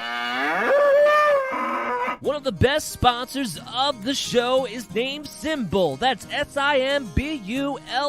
Symbol, where Wall Street meets sports gambling in this innovative app. The Symbol brings the fun of being able to play for the long term by purchasing, selling, and trading stocks of your teams. When your teams win, you win a payout. Well, when they lose, you don't lose money. The value of your team's share is all that matters, and it's easy to use. Just download the Symbol app on your Play Store and use the promo code MDS Fantasy for a $10 deposit of at least $10 or more. Join the fun of investing in your team for the long haul, where the sportsbook edge is put back into your hands as the player. For the latest and most fun in sports gambling, download Symbol and again, use the promo code MDS Fantasy for your $10 deposit bonus today. You're listening to the MD's Fantasy Football Show. Welcome back in, MD Nation. You are watching or listening to the MD's Fantasy Football Show as we're going through our Week 1 previews. As always, I'm your host, Dan Mader, joined here with Chris Dowhauer. We've been previewing all the matchups Thursday night game. We're talking about all the early Sunday afternoon games. We're talking about what bets we want to make or don't want to make and stay away from. We're going through it, Chris. We're giving everyone the edge. Talking Week 1 NFL football. That's what right. We're talking. Talking about Week 1. We still have the mailbag segment, but we have a few more games to get to before we do that. Kicking it off with the Chargers and the Washington football team. Blech. But what I want to say is this first, though. I got another bust alert. I'm talking about Justin Herbert on the bust alert watch. Justin Herbert, for me, all the way down my list against this Washington team. All the way down. I am not expecting a good game here out of Justin Herbert at all. I know everyone's excited about him. This is a tough game. They're going on the road to the East Coast. It's not a good matchup.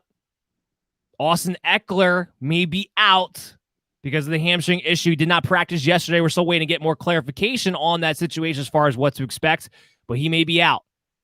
What do you think about Justin Herbert this week? I just got to get a quick question. Was Justin Herbert actually below Sam Darnold? Because I didn't see him on the graphic at all. I have to double check. Now, this graphic is old, so I'm not 100% sure where I have him right now. I mean, he said all the way down. I was like, wow, is he really that far down? Because I didn't see him, and I was like, but Sam Darnold's on that list.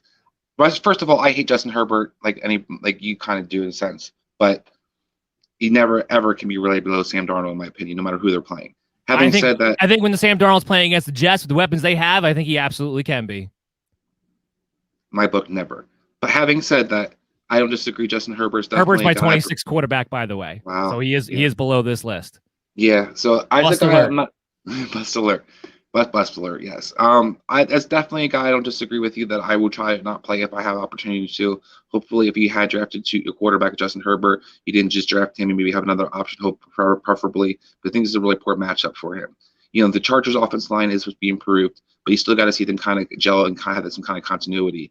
This is a really bad matchup for the passing game as well. If Austin Eckler is not playing, it's going to get real interesting for him because the only thing he'll basically have is Keenan Allen. Now, Keenan Allen does have an advantageous matchup. We'll talk about the receivers in a second, but I think it's the only thing he really has going for him because otherwise, there's a lot of things on that Redskin defense to be afraid of for this Chargers offense. Well, that's what I'm worried about. If you don't have an Austin Eckler, automatically not only become one-dimensional, but you also lose your check-down safety blanket against what's going to be one of the top pass rushing units in the entire NFL on the road. This spells disaster. That's why I'm so low on Justin Herbert. And while hopefully if you're part of MD Nation, you let someone else make that mistake when they were drafting Justin Herbert in the top 7 rounds.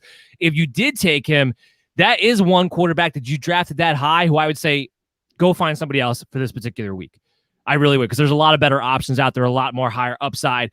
Let's talk about Ryan Fitzpatrick real quick, just to wrap up the quarterbacks. He comes in for me outside of my top 24 as well. I'm not expecting a big game here. Chargers defense is good. Brandon Staley is good. And the Chargers defense has something that they don't normally have going into this part of the season, which is health. We haven't seen this team be healthy, really. And I love, again, going back to Brandon Staley, I love what he's able to do. His scheme fits his defense really, really well. I think we, instead of seeing a Fitz magic game, we might see a Fitz tragic game to start off week 1. I think a lot of interceptions are in his future. That's why he's outside my top 24 this week. Yeah, I don't think this is necessarily a blow-up spot for Fitzpatrick. I 100% agree with that. I don't know if I would be as low just because I think one thing he does well, people kind of forget about, is he scrambles and he does get yards with his legs. I think you're going to see him be able to kind of have a floor as a result of that. He's not going to have 100 yards rushing on any stretch of means, but he's the guy who can get you 40, 50 yards rushing. I think you're going to see a little bit of RPO action with them this year. So I expect that he has some kind of floor, but I'm with you. This is a bad matchup for him. This isn't a guy who I'm going to be rolling out week 1 versus that Chargers defense and excited about. So let's get back to the Austin Eckler news. What happens then if he is in fact out? Now, as it stands right now, I have him ranked as if he's going to play. We're waiting to see on that. I'll keep my rankings updated on bellyupfantasysports.com. You can go ahead and check out the website there whenever you need to. I have it ranked at RB27 coming into the game. We'll see if he goes down further down my list. If he doesn't play, the RB2 as of right now is Justin Jackson. Expect Joshua Kelly to get involved, maybe to a lesser degree, a Larry Roundtree. Justin Jackson, though, he would probably come into my top 36 as far as running backs go if he's going to be the guy heading into this matchup. Chris, what do you think about the Chargers backfield if Austin Eckler does not play? Yeah, I agree with you. I think Justin Jackson could be the flex discussion for people. I think he probably has the most upside in that backfield. There's a lot of talk during the offseason about how these guys are going to be kind of utilized. And basically, Roundtree and Kelly are going to be those grinder guys. They get you the 3rd and 1s, and maybe get you a red zone touchdown, so maybe they could fall into something for you. But overall, Jackson's been a more explosive player. He's been a better pass protector. He's been more involved in the passing game, so he has more of that chance to kind of play the Austin Eckler role and then be able more effective. So I don't think he has huge upside in this game necessarily, but I think he would be a solid flex play. Now, the one thing, we'll have to see exactly what Staley's able to bring to the table, but the one thing you were able to do on the Chargers very, very well last season was run the football. Antonio Gibson comes in as my RB7 on the week. The big thing we're going to be asking ourselves, is he going to get truly the McCaffrey role? That's finally a question that we're going to look for answers in week 1. Is J.D. McKissic going to be involved? J.D. McKissic actually coming inside my top 48.5 point PPR leagues this particular week. We did see him still stay involved in the passing downs throughout preseason, but then they would always hype up Antonio Gibson taking over that role and being more of a workhorse back. So, Chris, what are you expecting to see out of Antonio Gibson this week? I think this is a huge implication of how he's going to be utilized this year. I think that people kind of forgot that while Gibson was very solid production-wise last year, this guy never had more than 15 carries in a game the entire season. So you have to kind of see, can he handle the volume, because he wasn't really involved a lot in the passing game, and will he get that volume? I don't think he'll ever have the Christian McCaffrey quote-unquote role. I think Christian McCaffrey is unquestionably a guy who's going to play like 90% of the snaps. I think Gibson's going to always kind of concede some of the snaps to McKissic. I think you might see a little even Jarrett Patterson thrown in there just for kind of shits and giggles once in a while. But I think overall, I think you're going to see Gibson, really his utilization be more effective. Now it's going to be, does he get 20 touches, or does that mean that still he gets the 15 to 16 touches? Well, that's the mark right there. 20 touches. That's what I'm looking for, Antonio Gibson. I'm looking for 20 touches to dictate, is he going to be an RB1 this season or not? And I do think that's the question that will get answered within week 1. I think we'll have a good idea after that. Let's talk about the wide receivers of this matchup. Keenan Allen is definitely a guy who's going to get targeted a ton. He's my wide receiver 19 on the week in half-point PPR leagues. He probably has a safe of a floor of any wide receiver out there, especially if Austin Eckler's not going to play. That means, we know what that means. I mean, Keenan Allen might get 15 targets in this game, potentially, if that winds up being the case. What do you think about Keenan Allen this week against Washington? Yeah, and he's also the guy who's been playing in the slot where it's where you attack Washington. Their outside corners are pretty good, and it's something you kind of struggle with. Teams have kind of struggled in the last year as well with, but you can definitely attack their slot receivers, and Keenan Allen's where he predominantly is. We know he's Josh Herbert's favorite target by far, so I expect him to have a huge game. Touchdowns is always where you kind of question, will he be able to score touchdowns for you, because he kind of struggled with that. But PPR, well, he's going to be a great play, and I think he's going to have a really solid floor even standard leagues. Yeah, I'm not looking to play any of the other Chargers wide receivers. I want to see what Mike Williams is doing, Jalen Guyton, Josh Palmer. These are all guys. I want to see how their rotations get mixed in. Is Herbert looking for guys outside of Keenan Allen? Jared Cook is a streaming tight end for me in that territory, but you should have better options, especially in this matchup against Washington as well. And then we go back to the Washington side of the ball. Curtis Samuel, not practicing today. We just got news about that. I don't think he's going to play this week. That should mean all aboard Terry McLaurin train, because there's, again, kind of similar to the Chargers, not going to be much else to throw to. And while the Chargers have this is a tougher matchup, the volume will keep him there as such, especially with Ryan Fitzpatrick, who we know will let it fly. Terry McLaurin coming as my wide receiver 15 on the week. Yeah, and we saw Chris Harris not be the same kind of corner, especially when he plays on the outside. So I think Terry McLaurin's definitely a guy that you're locked and loaded in your lineup. The only sleeper possibilities on the Redskins side, maybe you see Nahami Brown. There's nothing great reports about him playing. He's been very productive down the field. We know Fitz likes to throw it down there once in a while and take some shots. And then you have the rumor about Adam Humphries basically being his favorite target in practice and in preseason. So Adam Humphries might have some sneaky value there, especially in DFS leagues. Adam Humphries, unbelievable. Let's talk about the betting on this game. No, Danny Amendola back in the NFL is unbelievable. We're going to get to that in a second, because that's going to be the next game we're going to preview. Don't worry. We're going to get there. This game is a pick'em game. I'm not betting it either way. I'm not betting the over-under. I'm completely staying away from this game. The over-under is at 44.5, by the way. Chris, anything here that you would want to bet on, touch? No, I think you're basically seeing two mirror teams versus each other. So I think this is exactly a game you stay away from. Usually a game that you don't want to take a part of. Now let's talk about the Jets and Carolina. As you pointed out, I had Sam Darnold ranked ahead of Justin Herbert. Still not in streaming territory, by the way, so we can skip that part. Going against the Jets, Zach Wilson is somebody who would be kind of close to my streaming territory for me as he comes into QB 18. Again, you should have better options than that, though. Most of the storyline goes to the skill set players. On the Jets side, what is this running back rotation wind up actually being? Are you going to be, we're going to see Tevin Coleman, Ty Johnson, then Michael Carter. Does Michael Carter use this as an opportunity moving forward to show that he is the best player? I think he could. But ultimately, as far as this week matchup is concerned, I am not playing a Jets running back at all.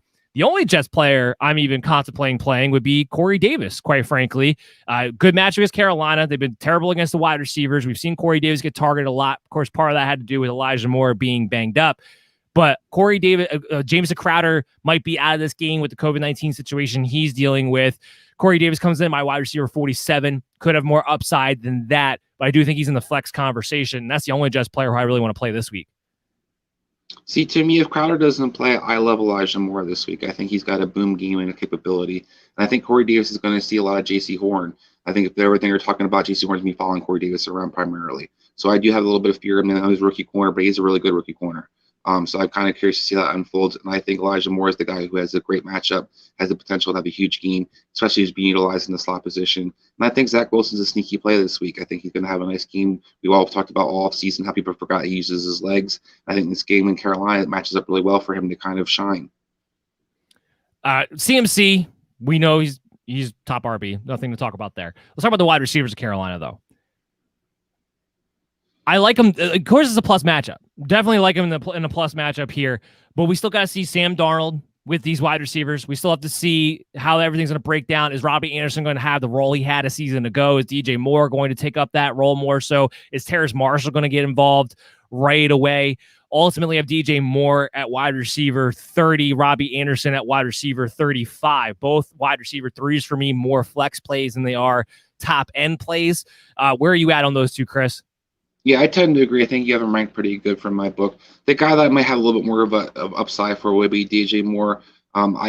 From what I understand, with Terrace Marshall being primarily the slot receiver, you're going to see DJ Moore kind of return to being more used underneath and see him kind of run more routes accordingly, and be able to kind of use his rack ability. And so I think that's something that you're going to kind of, if you a guy you want to necessarily target. I know everybody thinks, well, Sam Darnold, Robbie Anderson have a great connection. We talked about this at nauseum on the off season. That's all BS. It's not real. Didn't happen.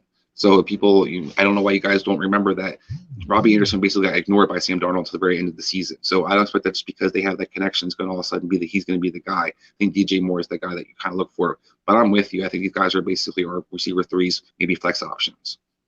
Talk about anything you want to bet on in this game. I'm probably going to stay away from this matchup myself. If I was going to bet on anything, it would be Carolina -5. I do think they could beat the Jets by a touchdown in this ball game. That's at -115. Other than that, I'm not really interested in anything else. How about you? Payout's not wonderful, but I would bet on the Jets in the game. I think this is another upset game, and I think the Jets are going to be the team that pulls it out. Yeah, I have no faith in Sam Darnold. Completely. I hate Sam Darnold as much as anybody, but you're on a whole other stratosphere. It's still the Jets. See. It's still the Jets at the end of the day. But let's talk about that game where we know it's really ridiculous. Jacksonville, Houston, signing in Danny Amendola. Why is Houston bothering? Why bother? Why are you signing all these veteran players and yet trading away guys like Bradley Roby? You want to go 0-17. Why bother? Why cut Kute? That's where I'm just totally lost. Like, you have a younger guy now. Granted, he can still have, he can use some seasoning and get better as a player, and he has some injury concerns. But Danny Amendola is going to be your starting slot receiver. You just traded for Anthony Miller. I have no idea what this team's trying to do. I look at David Culley, and I'm just befuddled by him as a coach. I'm befuddled by the GM. I think this team is just basically not only trying to tank, they're just trying to sabotage their future. Because what's the purpose of playing an old man that's a slot receiver? Who's that going to benefit? So I don't get it. I don't get it. I just hope Brandon Cooks gets traded by midseason. That's all. Yeah, and speaking of Brandon Cooks, that's the only Houston Texan that I have any interest in playing this week at the wide receiver position. He is my wide receiver 16 in this plus matchup. I expect Houston to have to come back from behind, even, yes, against Jacksonville. So Brandon Cooks should get plenty of targets in this game amongst the dysfunction, and that's the only Houston Texan who should be in your lineup. So on Jacksonville's side, it gets a little more interesting there. I do have Trevor Lawrence in my side, my top 10 this particular week at QB9. Funny enough, that's where I had him ranked for the season going into it anyway. You love the matchup against Houston. They can't really put much of a pass rush on them. They traded away their only half-decent corner this past week. He gets DJ Chark back healthy, Marvin Jones, Laviska Shenault. You still have James Robinson.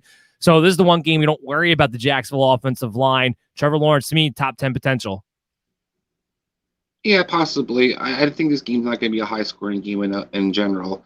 I think that this game is a game I'm trying to avoid. I like other people more than Lawrence this week, but I don't think he's necessarily a guy you don't play, because I do think if you're going to have him on your lineup, he's one of the better teams to play against, of course. I was going to say that for Tyrod Taylor. If you're going to play Tyrod Taylor, this is the game to play him. Well, yeah. Because it says it's never going to ever play him anywhere else. But yeah, I think that the receivers have a nice floor. I'm big on Shenault this week, but I think that for me, Trevor Lawrence is a guy that you definitely could play this week, but isn't a guy to have a huge upside on. Yeah, James Robinson coming in my RB6 on the week. I do strongly feel like he's going to finish inside the top 10. Houston's terrible against the run. That should be no different this year. And we know he should get a significant workload. Even if Carlos Hyde does get mixed in, I expect Robinson to get a significant workload against a great matchup in Houston here. So I'm big on James Robinson as far as being in the top 10. Anything different you feel about in that case? No, I think if you Jay Robinson, you play him. I don't necessarily have him as ranked as high as you, because I don't think he's good. I think Urban Meyers and the coaching staff just don't like this guy for some reason. And I think that a lot of his floor came last year from being involved in the passing game, and I question if that's going to be the involvement he's going to have this year. He's still going to be more involved than Carlos Hyde is. Oh, I agree with that. I just don't know how much they're going to throw it to the running back in general. But I do think this is definitely a game you play him. You can't beat anybody but playing Houston. You definitely want to have him in your backfield out there. We're all going to be interested in the wide receivers of the Jacksonville Jaguars, exactly how everything breaks down. I have been adamant that DJ Chark will be the number one, and that does not change here. He comes in at my wide receiver 14 because of the matchup.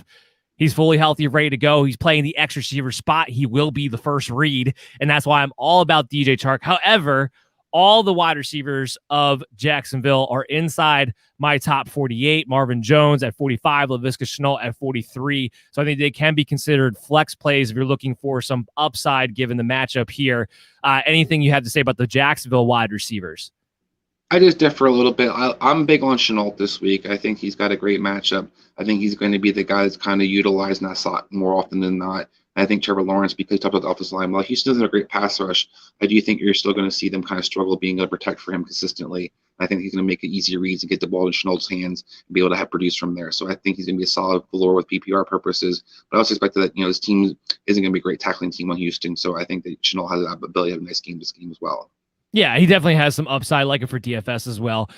This game, -2.5 for Jacksonville is the road favorite. Over/under set at 44.5. I am hammering Jacksonville -2.5. There's no doubt in my mind they win this game. What do you think?